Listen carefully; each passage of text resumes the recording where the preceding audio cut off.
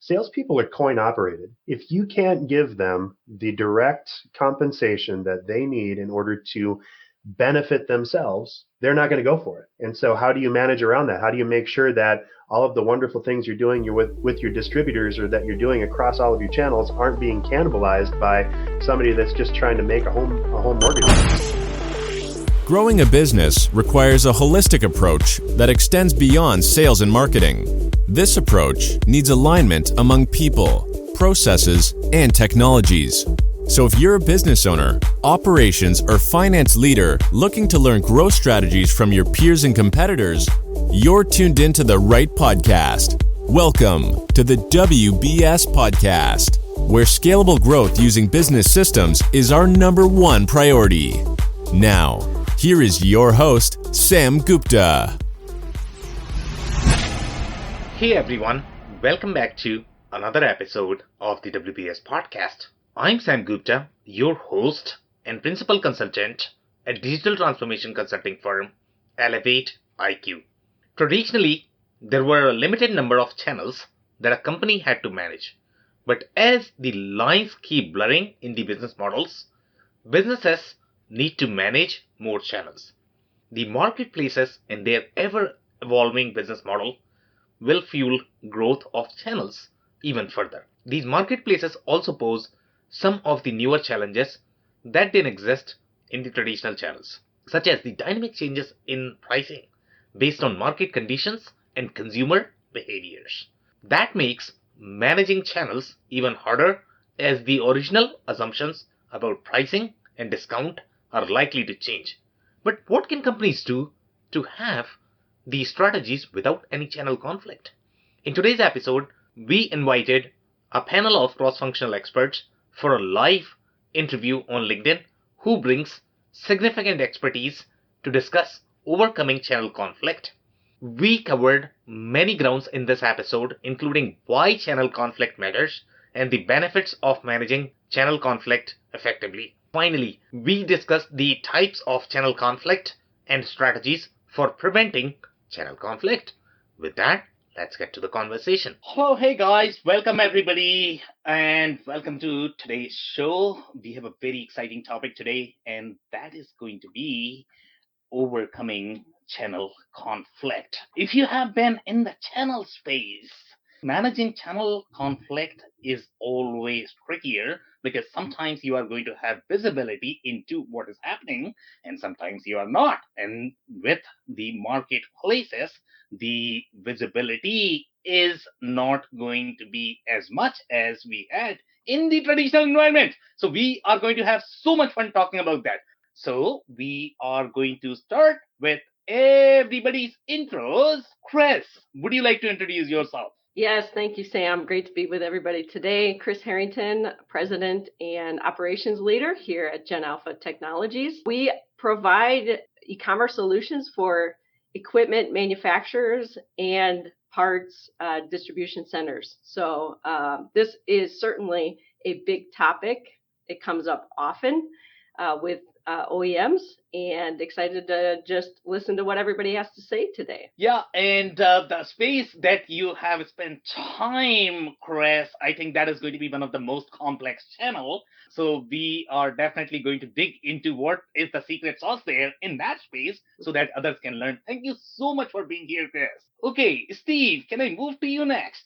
Sure. Thank you for having me, and it's wonderful to see Dave and Chris, Jeff, Dave, and yourself here. My name is Steve Rice. I'm from .com Jungle, and for over 20 years, we have been helping manufacturers and retailers make and implement wise technology choices. A lot of that has to do with the website, how it integrates, and pretty much anything that a customer-facing stakeholder would touch with their fingers, or their eyes.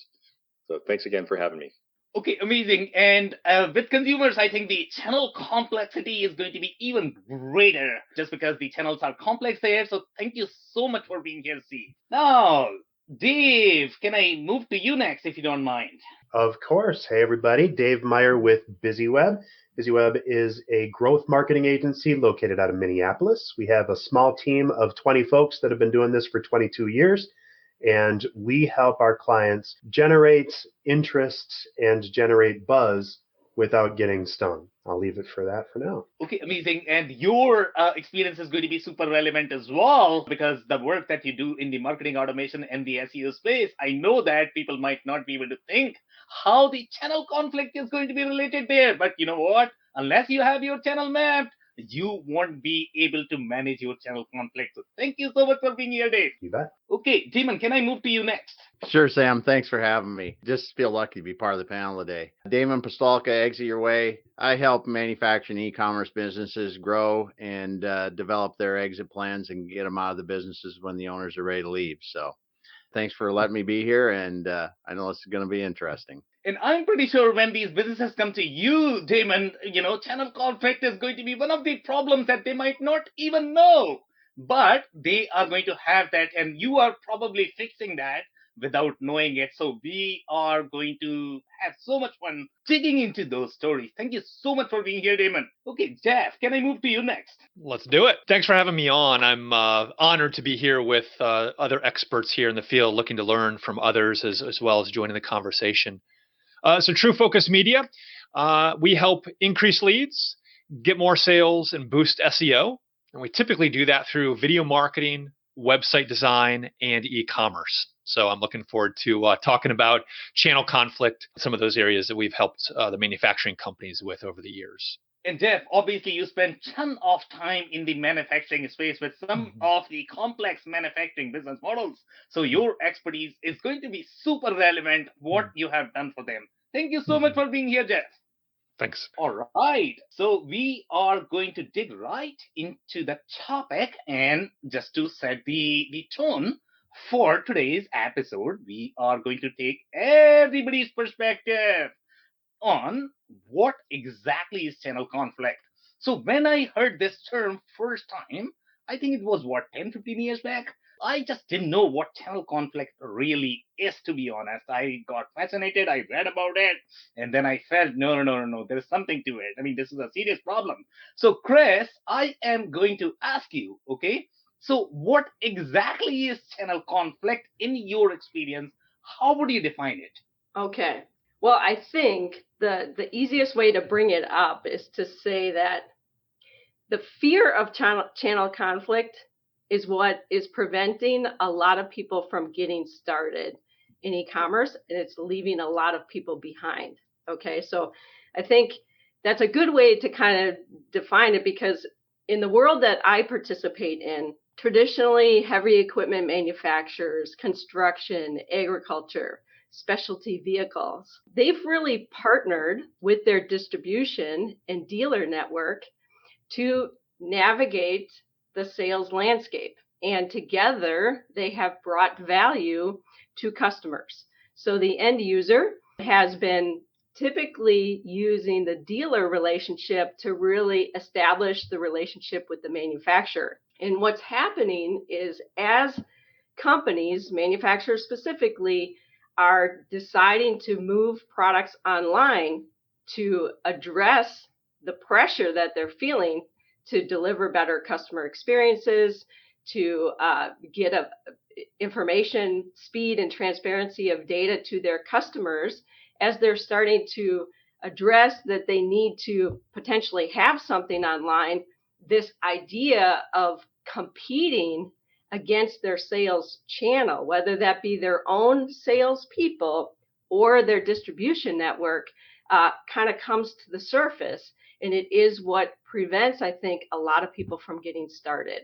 So in the world that I'm in, that's typically what I'm experiencing. There's a lot of definitions of channel conflict, and I think that others on this broadcast will talk about some of the other things, but that's the world that I play in, where it's most often coming up. And by the way, thank you so much, Chris, for bringing that fear part, because that's going to be always the trickiest part, even in my experience.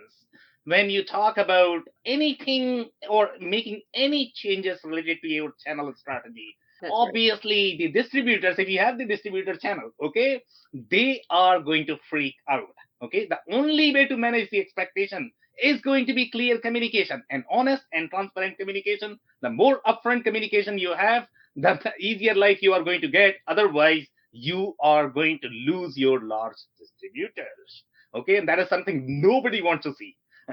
So thank you That's so right. much for starting on freer and prevention as well. I mean, see, only through communication you can actually get onto the newer channels. You can develop those channels, but you need to also protect your existing channels. You can't afford to lose them. So the comprehensive channel strategy is definitely very handy.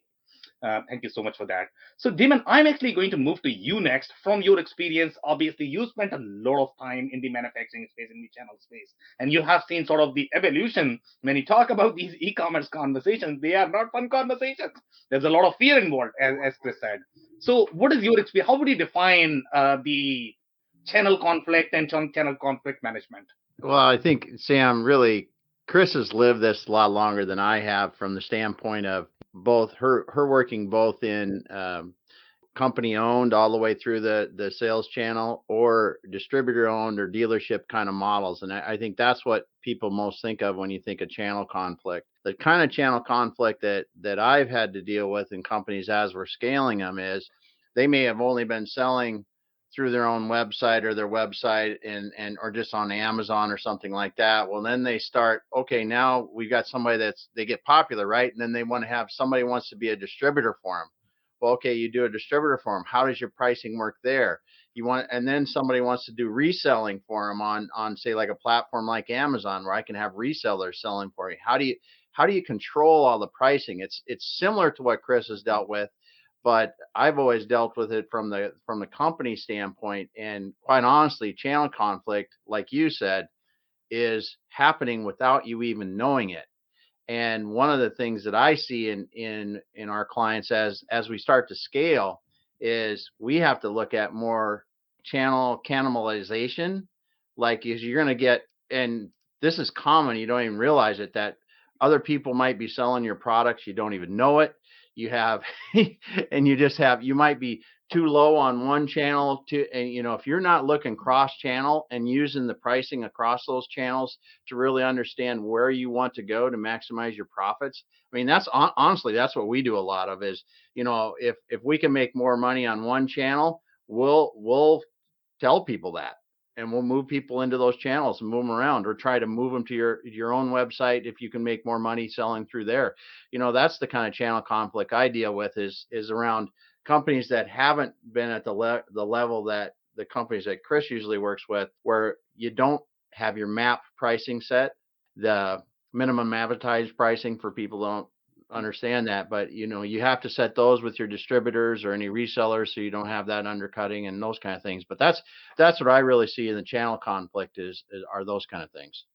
So amazing insights there, and I like the way you have put it that if you are making more money in one channel, that's okay as long as you are communicating the rationale for that. As long as you are communicating your strategic priorities. One thing that you don't want to do when you are dealing with a lot of different channels is I like to define it as passive aggressive couple where you want the communication to be as open as possible. So when you are going to be in a situation where you don't know whether you might have channel conflict, these people should be able to come to us very comfortably and communicate that, hey, buddy, you are selling this product at much cheaper price on this channel. Get your game figured out, or just let me know why you are doing that so I can figure my game out here, right? So that's how I like to define it. So thank you so much, Damon, for that insight. So Steve, I'm actually going to move to you next. What is channel conflict in your experience in the industries that you focus on? Well, there's really two main types of channel conflict, and what I try and coach the companies I work with is also to really think about channel partnership and just flip their brains around. First, though, the two types of channel conflict I just posted into the chat. There's a vertical channel conflict, which is where two partners in the same pipeline are essentially competing against each other. And the best example of that is that I'm a manufacturer. I sell to a bunch of dealers in the United States, and now I decide I'm going to sell online, and they're also selling online. That's the simplest, most obvious vertical channel conflict. The horizontal conflict is what you'd expect, is that all your dealers are competing against each other, on various different marketplaces. So if you start thinking about the whole thing in terms of channel partnership, Then you really start talking about what can we do to reduce the conflict, right? And there's a whole host of things that we can talk about, but the main one, I think Damon touched on it, is communication and good agreements. Minimum advertised pricing. A quick example I have is I have a client, does roughly 60 million a year, and they basically said, okay, we have a minimum advertised price, and everybody has to have that. But they also said no one else is allowed to sell on Amazon except us. But if you look on their website and you look on Amazon, all of their prices are $1 to $2 more than the map everywhere else. Now, they make a killing on Amazon and on their website because of the brand authority they have, but they also make a killing through their distributors because their distributors never call them and say, hey, how come you're selling it for cheaper than me? And they're basically able to push their brand image forward because they're front and top of mind to people. And so oftentimes they'll look on Amazon and then just walk over to Home Depot, let's say Drive these days, and pick it up there and then be like, hey, I got it for $1 less. So that's just a good example of turning it into an opportunity. Yeah, I completely agree. And that's a fascinating example. And in my experience, I think that's probably going to be an ideal scenario where you could be competitive on Amazon by being $2 extra on your product. But then you are able to sell cheaper with your distributor. So you are able to please both of the worlds. I don't know how realistic that is going to be with a lot of businesses, but if you are able to do that, I think that's ideal because you definitely don't want to burn bridges with your distributors because they are probably bringing the majority of the revenue as of today. But obviously, your strategic channel is going to be probably e-commerce. So you need to get your foot in the door there as well. Thank you so much for that insight, Steve. Now I'm actually going to move to Dave. Dave, would you like to provide your perspective, what you have seen from the channel conflict perspective, and what is channel conflict in your opinion? Yeah, and for us, and I'm sure that we're going to have lots of conversation around this, but you really need to have some cooperation on the kinds of content that you're publishing. So not only are you publishing the right prices and not cannibalizing, using MSRPs and making sure that you have agreements, but you also need to make sure that the keywords that you're using so that you're getting found are in agreement. And if you as manufacturer are working with a dealer and that dealer has hired somebody like BusyWeb and is kicking your butt in SEO, then you're in trouble, right? Because all of a sudden your dealer is just stealing all of your business away. So how do you keep that from happening? And there are some ways that you can make sure that you're actually helping each other versus competing with each other. Great way to do that is backlinks, right? Making sure that you're using your pages as reference pages for your audience and for your dealers, making sure that you're controlling and managing the content and the essential information that all of your customers need to know about and all of the end users need to know about. All of that is going to help everybody if you do it right, but is going to be a nightmare if you just ignore it. And a lot of manufacturers just ignore it and they put their heads in the sand and they're like, oh yeah, it'll all work out in the end. My dealers are awesome. Your dealers are eating your lunch if you're not paying attention. So in SEO, in content, in marketing, you really need to be careful and work together in order to get co-opetition instead of just competition. Yeah, completely agree. And in fact, I mean, the kind of insight you bring to the table, I mean, I was not expecting it to go towards backlinks, but if you really think about it, from the backlinks perspective, I mean, if you're a manufacturer and if you have 500 distributors, you can kill on Google if you have the relationships. They are not going to give you backlinks if they feel you as a threat to their business. So you really need to have those relationships. If you have them, then you can really kill on Google. Your distributors are not going to have as much authority as you just because you have that network. You control that network, but you have to have the fair business model to be successful in that. So I'm actually going to move to Jeff. Jeff, what is your perspective from your experience? What is channel conflict in your experience? Yeah, I mean, great perspectives here. I'm like taking notes. I'm like, yeah, I've seen that too. I agree. So I'm going to try not to like repeat too much because I feel like so much value has been already dropped on us. But I mean, what Dave just said, the paying attention, I think is key. A lot of times, when we're doing product promo videos or training, safety, setup, install, whatever that might be from a video marketing perspective, we have to have this conversation, right? Like, do we white label this video? Do we, what can we talk about? or what can't we talk about, or how do our channel partners, and just all of that, right? So I think when companies have those difficult conversations, Chris mentioned fear. I think a lot of times companies don't want to address the elephant in the room, right?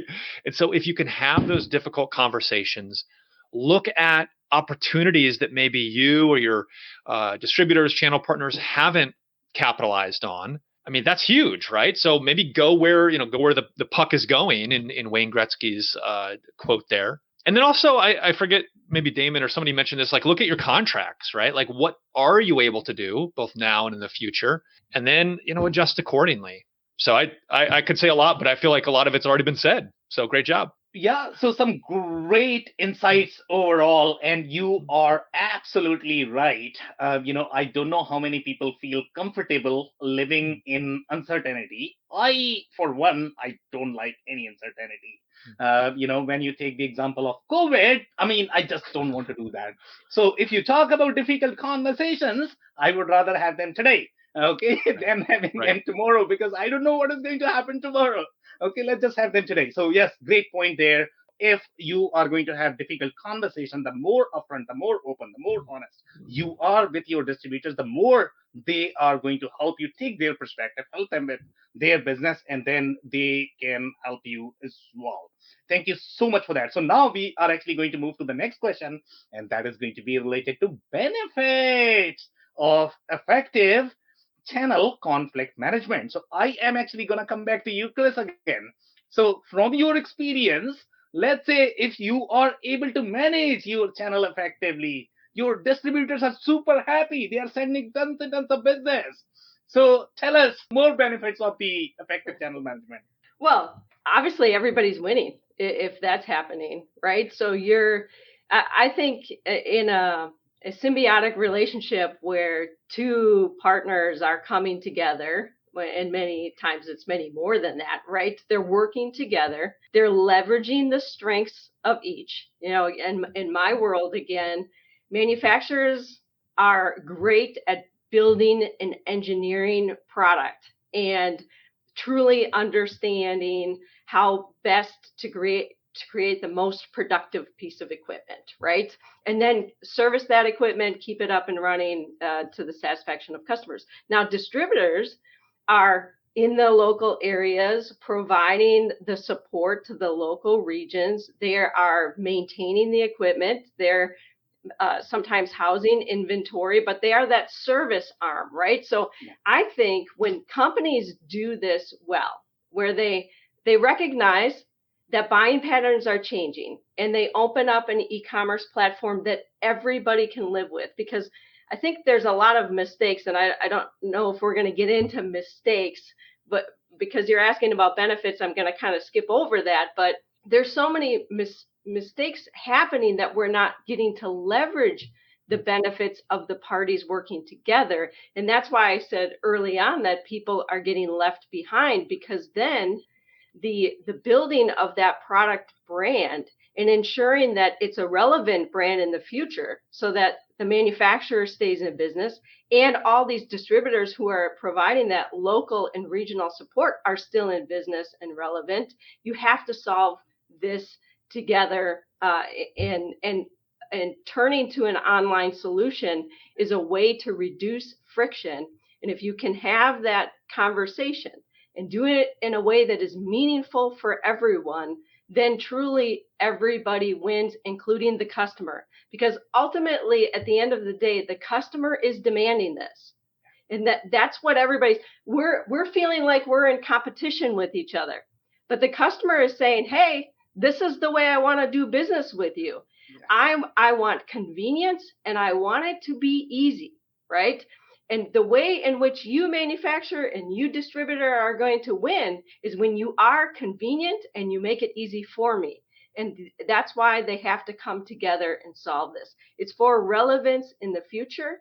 The benefits that they've enjoyed in the past are in the past. And now they have to leverage how you build relationships with the end customer going forward. And a lot of that is turning to digital. And that's why we have to move in this direction. And I think the biggest benefit is that customers win And manufacturers and distributors get to have a life in the future. That's it. Yeah, completely agree, Chris. And you actually touch on some very important points. And one of the most important point is going to be, if you are going to be competing with your own channel, obviously the customers are going to feel that. Yes. Okay, so you have to come across as one team. You cannot be, hey, this is my distributor business. Hey, this is my manufacturing business. You have to create the compensation model aligned to make sure you are coming across as one team. And that you have to really feel in your hearts that these guys are part of my extended arm. So they are not part of your business, but they are your extended arm. And if you don't feel that they really belong to you and you don't care for their business, obviously they are not going to care for you. That's how this world works. So yeah, so really care for your channel partners, everybody who is involved in the equation, and then customer is going to feel that, what, I'm really dealing with one team. I'm not dealing with 5,000 teams here. Thank you so much, Chris, for that. So Jeff, I'm actually going to give you an opportunity because, last time everybody had spoken everything, so you didn't get much chance. So now, what are some of the benefits in your opinion? All right, buckle up. Here we go. No.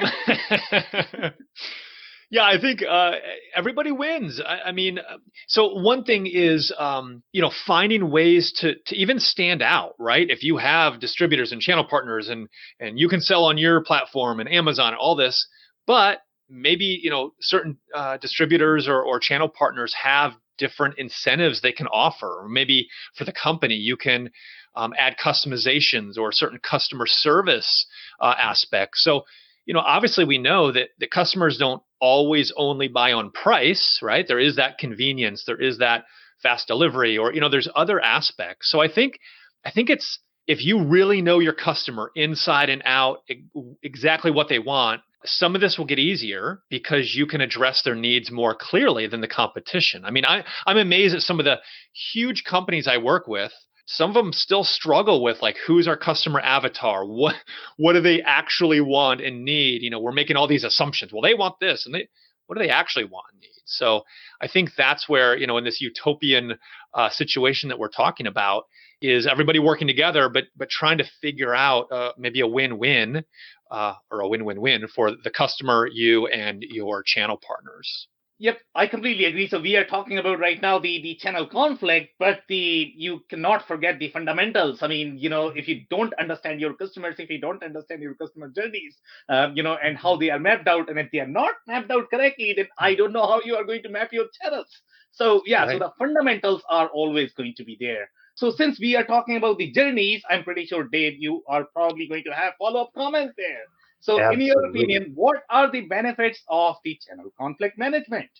Yeah, so really, when you're looking at managing your conflicts inside of channels, it's all about managing the entire experience. Jeff actually touched on this already, but your buyer's journey is not just you.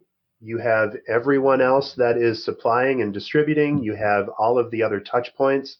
I think I've used this stat before in these conversations, but B2B, and in particular manufacturing, customers will on average hit 80 links. They'll do 80 clicks before they ever contact that business. How many of those clicks are representative of your message, are representative of your product? And if you work well with all of the other channels that you're promoting, and if they're all pointing to the same thing, if they all have the same message and they're all reinforcing, 8 of the 9 or 10 times that those people see that out of their 80 clicks, it's all going to be an agreement, and it's going to become a foregone conclusion that they need to work with you. You're building trust, you're building authority and link domain, you're building everything that you need to have in order to just be the solution for your customers. So yes, channel conflict can be a huge benefit if there is cooperation inside of those conflicts. Yes, you're going to have different methods or different sales models across those different distribution channels. Sometimes they're going to have different audiences that they're intended for. But if it's all working together and if you're supporting your brand, there's no way to lose. Unless you just, again, ignore it, and then all hell's going to break loose. So you just need to make sure that you're careful and that you're cooperating and making sure that as many of those 80 clicks are revolving around you, your products, your services, and getting them to the next step in the sale. Yeah, and I always love these insights from Dave because the way he likes to think, I don't think anybody was thinking in that direction. So when you think about the 80 clicks to get to your product and offerings, and obviously if they are going to be shared by your partners, you still own them. Again, if you have very comprehensive the channel conflict management strategy, and if your distributors are going to feel that I'm really your competitor, you don't care for me, then obviously they are going to send that somewhere else because distributors technically can carry your competitors' product, and they do if you don't make them feel comfortable. So, on that note, Steve, I'm actually going to move to you. Okay, so in your experience, what are the benefits of effective channel conflict management? I love that. I've got about 7 or so, and I know there's more. The number one benefit is growth. So I'll leave that. The rest of it will speak towards that. One of the ways you get that growth is authority by proxy. If you are on Nordstrom's selling your product, Nordstrom's has brand cachet, and therefore you have that brand cachet. If you're in the outdoor industry and you're being sold at REI online, well, REI happens to have a very strict set of rules that means their products have a certain quality and a certain environmental awareness as well to even be allowed there. So proxy is really important. Authority through presence is one of my favorites because it's basically the top of mind awareness. Said on the ground floor where Dave is going to love it. If you have all these people that you're selling to who are taking the lead from you at being a very good brand manager and doing all their SEO, well, you could dominate page 1 of the organic search results because all your competitors, or really your partners that you're selling to, are actually all working together to dominate that. And so you can push out your actual competitors. And then another one, when you get that, you get authority of market share. So I think that's kind of like a snowball rolling down. Well, snowball's not a good idea because it melts, but something's rolling downhill, but that's positive.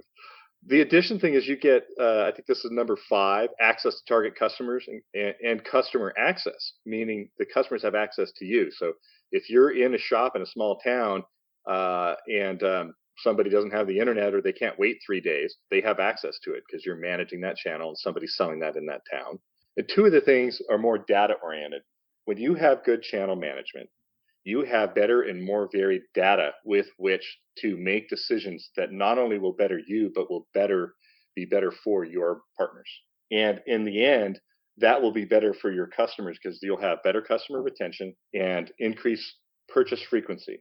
And it won't matter if it comes from you or from Home Depot, REI, Bob's Bait and Tackle in Eufaula, Alabama. You've got that saturation and that repeat customers. That's my list that I popped in while everybody was chatting. Thank you. So one thing that I really like about that list is going to be the prep that you have done. And I love your competitive spirit because last time you said that you were actually going to raise the bar because Ben Searcy, who was on the last panel, was super prepared, and Steve is prepared today. You can see in his points and the way he's talking today. Okay, so Steve, I'm actually going to need some help, for our listeners. So Okay. when you say authority by proxy, do you want to break down that further, what that means for the listeners? I know you touched a little bit. Explain a little bit more in terms of why this is going to be relevant for them and how this can translate into a benefit for them as far as channel conflict management goes. Yeah. Well, so there's 2 angles that I would throw at you for this. One is that we clearly have in our minds brands, and everybody's different, brands that we hold in high esteem, right? And Nordstrom's positions themselves differently in the marketplace than Kmart. So if you resonate, your product resonates with Kmart, then you're going to get presence by proxy by aligning yourself with Kmart. If your brand resonates with Nordstrom's customers, you're not going to get brand proxy presence from Kmart. You're going to get it from Nordstrom's. So you don't want to mix those up. Additionally, I would say that let's say you have a product that would sell well in a fishing tackle store across the country and also in Home Depot, Eagles, Lowe's, hardware stores. One thing that I've actually seen happen in real life numerous times is that a a paid advertising campaign in a certain area, like in this case, it was Texas and New Mexico, where this company did not have a sales rep and they did not have on the ground brand presence. You could see on the map for the marketing, the return on ad spend for the country, that those were two states where there weren't actually people looking for them. And we actually watched as they hired a salesperson to take over that territory, got into Home Depot and Lowe's and into a couple dozen small mom and pop shops, that within months, their brand presence by proxy, sort of essentially, on the web went through the roof. So that's another angle that you can take is that, your presence by proxy in a location actually raises awareness, and then they're going to go to the web and look for you, as opposed to being on the web and saying, I want to be associated with Nordstrom's or Kmart or Lowe's, which is another form of brand proxy. Does that make sense? Amazing. It does. Thank you so much for that. So obviously, we wanted to cover the types of different channel conflicts. I know Steve, touched briefly on those, but I don't know if we have any other types. This is a slightly more technical question, so we are going to do quick round fire. Chris, do you have any comments with respect to the types of channel conflict that he has not already covered by any chance? Well, yeah, I think somebody had covered horizontal and vertical, so the different types were covered there. I might have mentioned it briefly, but I'll just restate it here. Sometimes your own sales channel can perceive your e-commerce as a conflict, and it is something that you have to have good communication on internally. Okay, amazing. Thank you so much for that. And I think I said round fire. I meant rapid fire round, and my brain is not working clearly, as you can see. So, Damon, I'm actually going to move to you. Okay, in your experience, what are different types? Are we missing anything? Any other types that you have seen? I think we've covered it pretty well. It's you got a good in-depth with Steve there and Chris. I really like that one, Chris, because most people don't think of the internal company conflicts you can have, especially in a large organization. And when they're geographically diverse, it's even harder to do. But that's one that can make a real difference. And it goes back again to communication and understanding too. Okay, I agree. Thank you so much, Damon, for that. So, Dave, I'm actually going to move to you next. Any types are we missing here? Any other types that you might be aware of? Yeah, I think I actually want to layer on top of what Chris had said in that, we have horizontal channels and we have vertical and internal. And so inside of that internal channel, you're going to get cultural pushback if you're not careful and if you're not managing it, right? One of the more pithy sayings that I like to throw out, and I probably shouldn't even say this, but salespeople are coin operated. If you can't give them the direct compensation that they need in order to benefit themselves, they're not going to go for it. And so how do you manage around that? How do you make sure that all of the wonderful things you're doing with your distributors or that you're doing across all of your channels aren't being cannibalized by somebody that's just trying to make a home mortgage payment? So that's handled through management. That's handled through CRM and internal reporting. So you need to make sure that you're making allowances so that your team has the information and details that they need in order to all move in the right direction. I mean, it all comes down to being consistent and thoughtful in how you communicate, how you market, and how you manage across your channels. So as long as you're all moving in the same direction, fantastic. But if you're not, you need to go back and really take stock of what is happening, what's working, where are our sales coming from. Maybe one of your distributors is going gangbusters, or maybe one of your salespeople is absolutely crushing. Find out what they're doing and leverage that across your entire network. And that's going to give you much more leverage in the long run. Okay, amazing. Thank you so much for that, Dave. Jeff, I'm actually going to move to you next. Are we missing any types in your experience? I want to piggyback off that just because I think there's, some other thoughts. We've all seen marketing and sales go head to head, right? And especially as we're looking at digital marketing and new ways where, instead of one-to-one, that sales call or that in-person trade show or that whatever, it's one-to-many. And so I think companies are trying to wrap their heads around not just channel conflict out there, but like in here, like how the heck do we do this? And that's really hard. I mean, some of the materials that my company creates with websites or videos or whatever, like that's a conversation we have. Sometimes the sales manager will kind of pipe up. You can sense that they're feeling a little threatened, right? And so it's just trying to figure out how can everyone win, and how can the salespeople not feel like marketing is trying to usurp them or go over them or whatever with digital marketing, and just trying to figure out some of those solutions. So I mean, it can be as simple as obviously there you have regions and territories, but like digitally, you can still do things with digital marketing, whether it's email marketing or tagging things on the back end, or there's ways to kind of like call your area. So those things can be overcome, but it's just a learning curve, as we all know, and a challenge. Completely agree. Thank you so much. Yes, it is. Thank you so much, Jeff, for that. So, Steve, I know that you were going to be prepared, so that's why I wanted to keep you for last, right? So now tell us, what are other types that we are missing in the list? I don't know. I'm actually coming up with a blank because I was thinking about the 7 ones that I put up there. I'm sorry to disappoint. I've got 7 things that they can go wrong. I'm giving you a hard time, brother. Okay. Thank you. I appreciate it.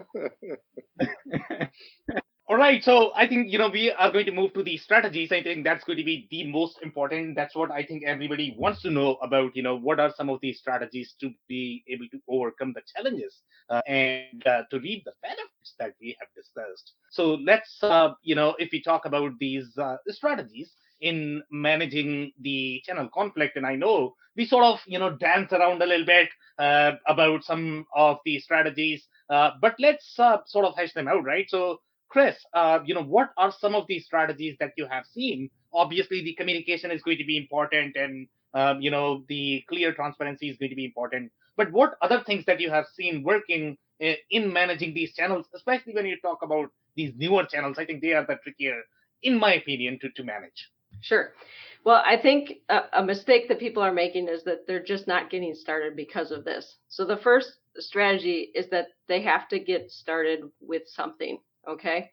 Now, I have met companies, manufacturers specifically, who haven't even opened up an online sales channel to their distribution network, right? So they're not even getting all of the benefits of just selling to your channel online and all of the great things that happen in that process. So you can go back and listen to past episodes of what all the value that e-commerce brings you, right? But the thing about your distributors, dealer partners, is they're going to be very critical of you. So when you start something, they're going to help you get better at it faster because they're going to point out all your flaws in a way that a customer would just leave you. A distributor will not, right?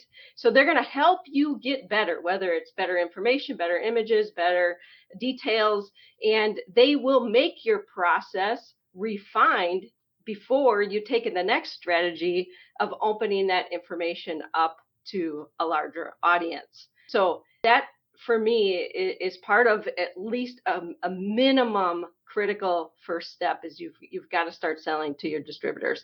The other thing is that for the companies that we've helped at least do that, there's a high level of adoption, right? So because there's high adoption, you get those efficiencies internally very quickly that allows you to reallocate resources to start doing the analysis and other things you need to make that next step easier, because now you've freed up some things.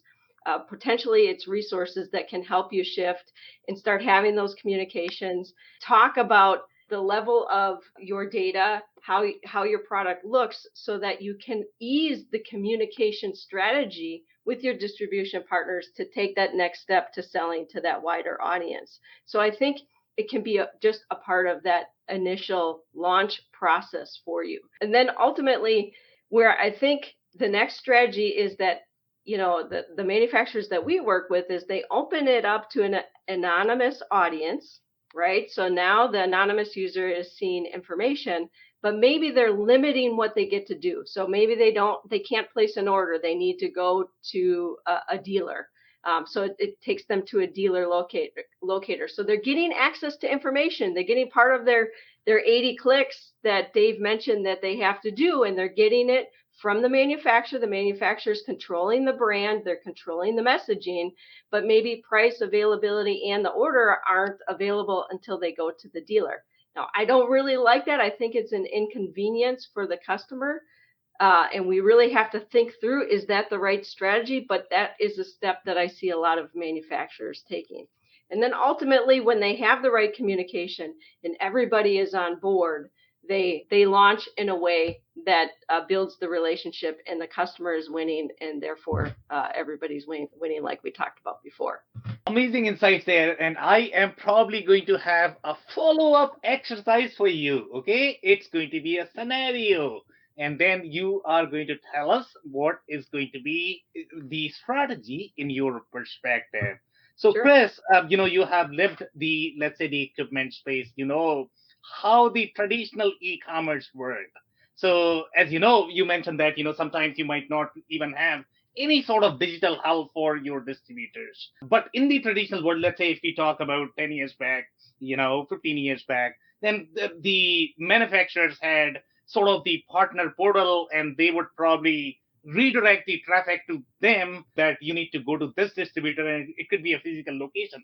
They'll simply tell that, dial this number, dial this address, because they are going to have far higher domain authority. So even today, if you actually go to some of these car manufacturers or the expensive purchases, they are probably going to have the distributor directory, the partner directory, or the sales rep directory, right?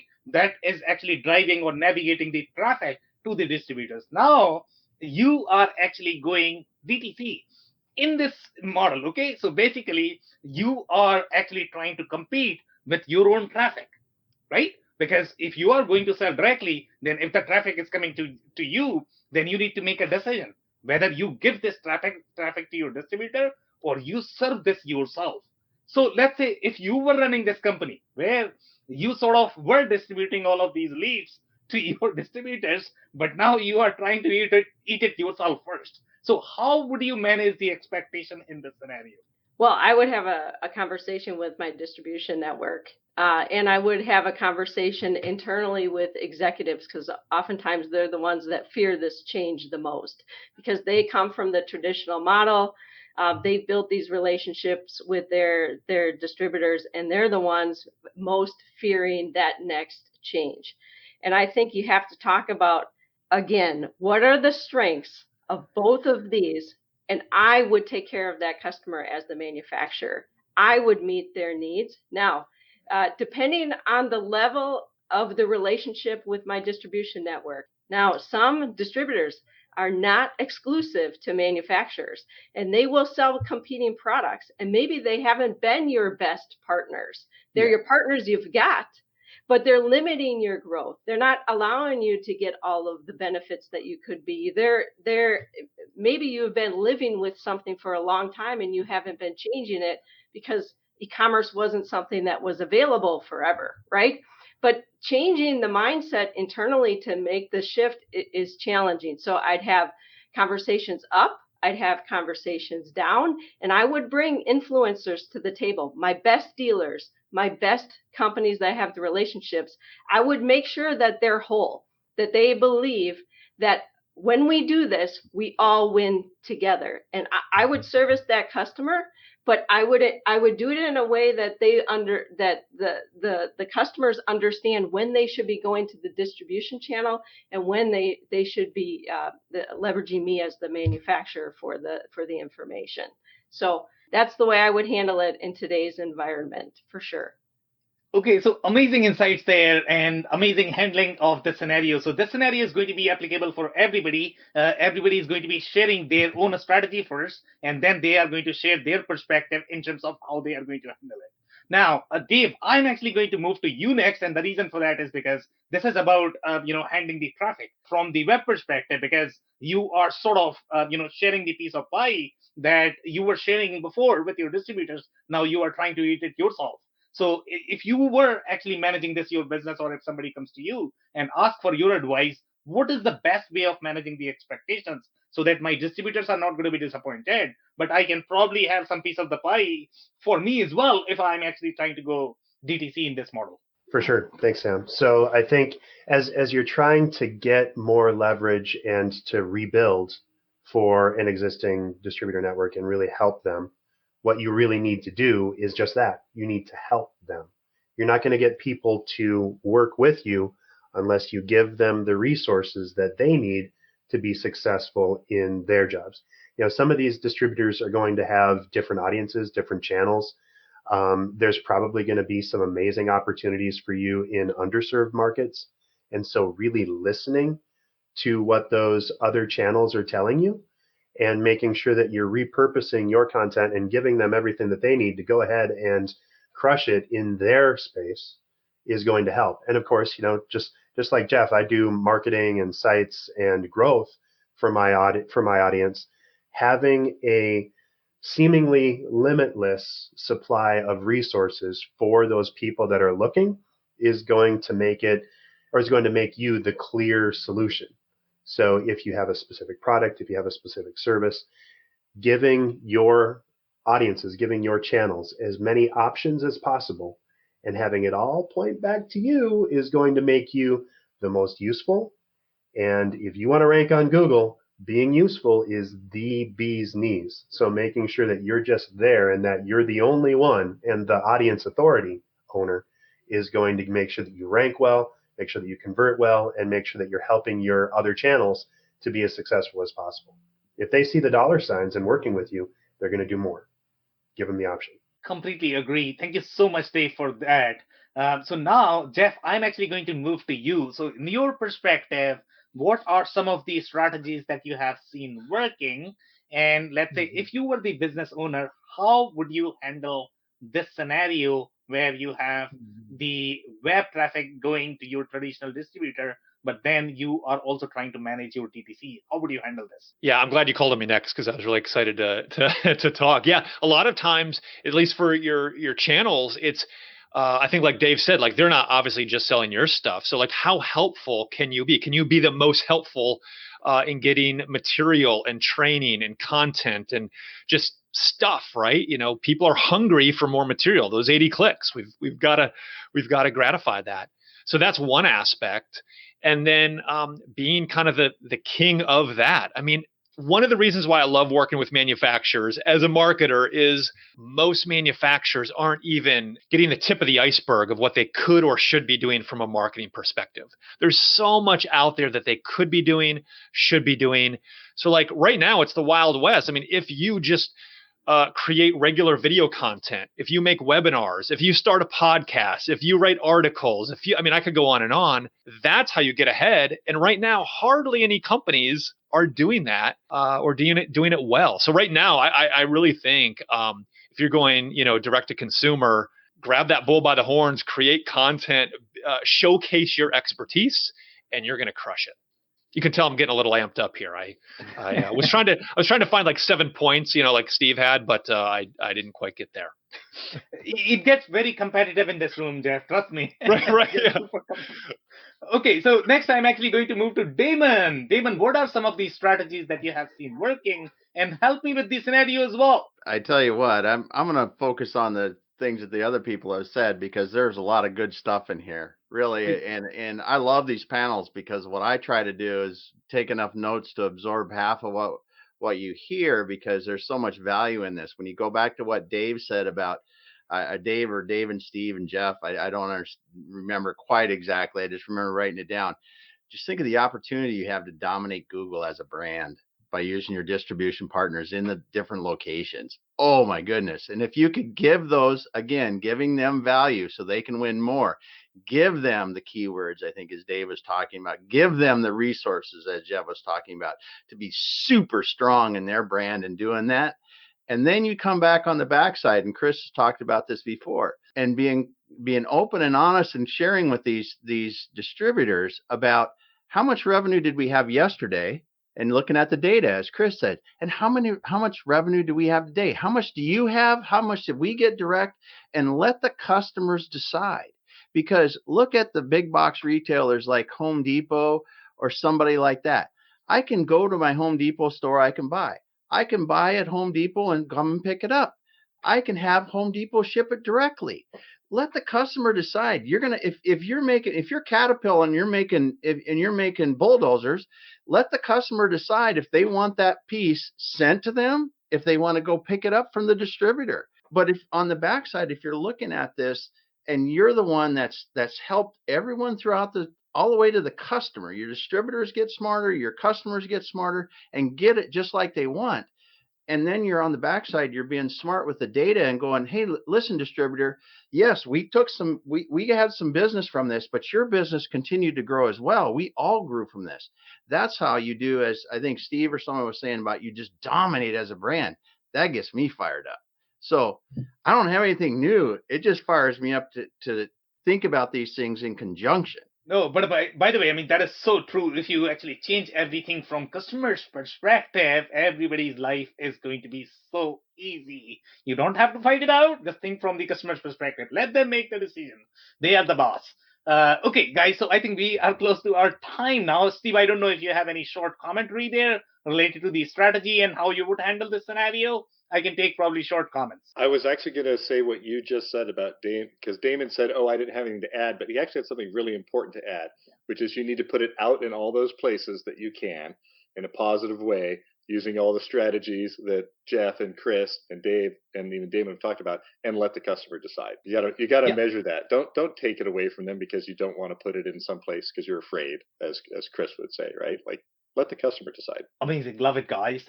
So now we can take short closing advice, maybe a sentence, considering our time. So, Chris, I'll start with you. One sentence closing advice, please. There's pressure to get started with your digital sales strategy. So I recommend move away from the fear, have the conversations with your channel partners, and get started. Okay, love it. Thank you so much, Chris. Dave, I'm actually going to move to you. What is your closing advice? Think about what your customers and your channel partners need and give them everything that they need to succeed. The rest will take care of itself. Love it. Thank you so much for that deep advice, Dave.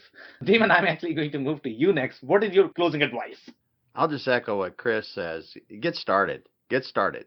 It's going to happen. Your competitors are going to do it. I don't care what you're in. Your competitors are going to do it. And if you don't, you are going to fall behind. But if you do, you're going to find that it's a lot better than you think. Yeah, and honestly, if I think about it, she actually stole your line because you are the one who always says that, you know what, do something, start something.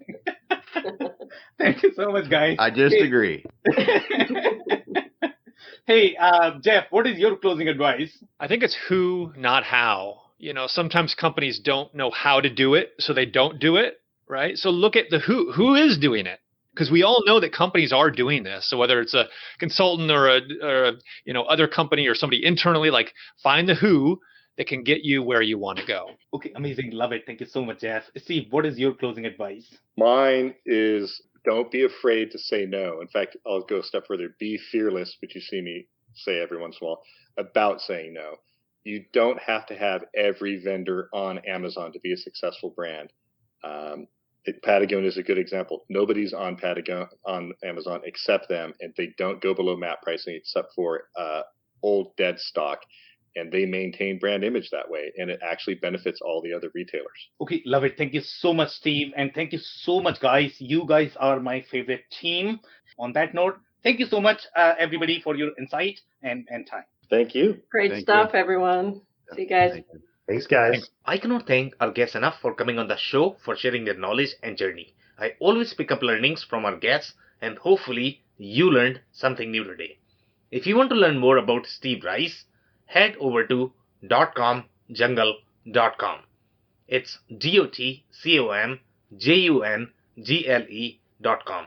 If you want to learn more about Chris Harrington, head over to genalpha.com. It's GENALPHA.com. If you want to learn more about Jeff Long, head over to truefocusmedia.com. It's TRUEFOCUSMEDIA.com. If you want to learn more about Damon Pistolka, head over to exityourway.us. It's EXITYOURWAY.us. If you want to learn more about Dave Meyer, head over to buzzyweb.com. It's BIZZYWEB.com. Links and more information will also be available in the show notes. If anything in this podcast resonated with you and your business, you might want to check other related episodes, including the interview with Dave Meyer from Busy Web, who describes how marketing automation works and why that is important to understand customer journeys. Also, the interview with Jeff White, who discusses why it is so important to identify the ideal customer profile for your offerings to streamline your growth. Also, don't forget to subscribe and spread the word among folks with similar backgrounds. If you have any questions or comments about the show, please review and rate us on your favorite podcasting platform or DM me on any social channels. I'll try my best to respond personally and make sure you get help. Thank you, and I hope to catch you on the next episode of the WBS Podcast. Thank you for listening to another episode of the WBS Podcast. Be sure to subscribe on your favorite podcasting platform so you never miss an episode. For more information on growth strategies for SMBs using ERP and digital transformation, check out our community at WBS.rocks. We'll see you next time.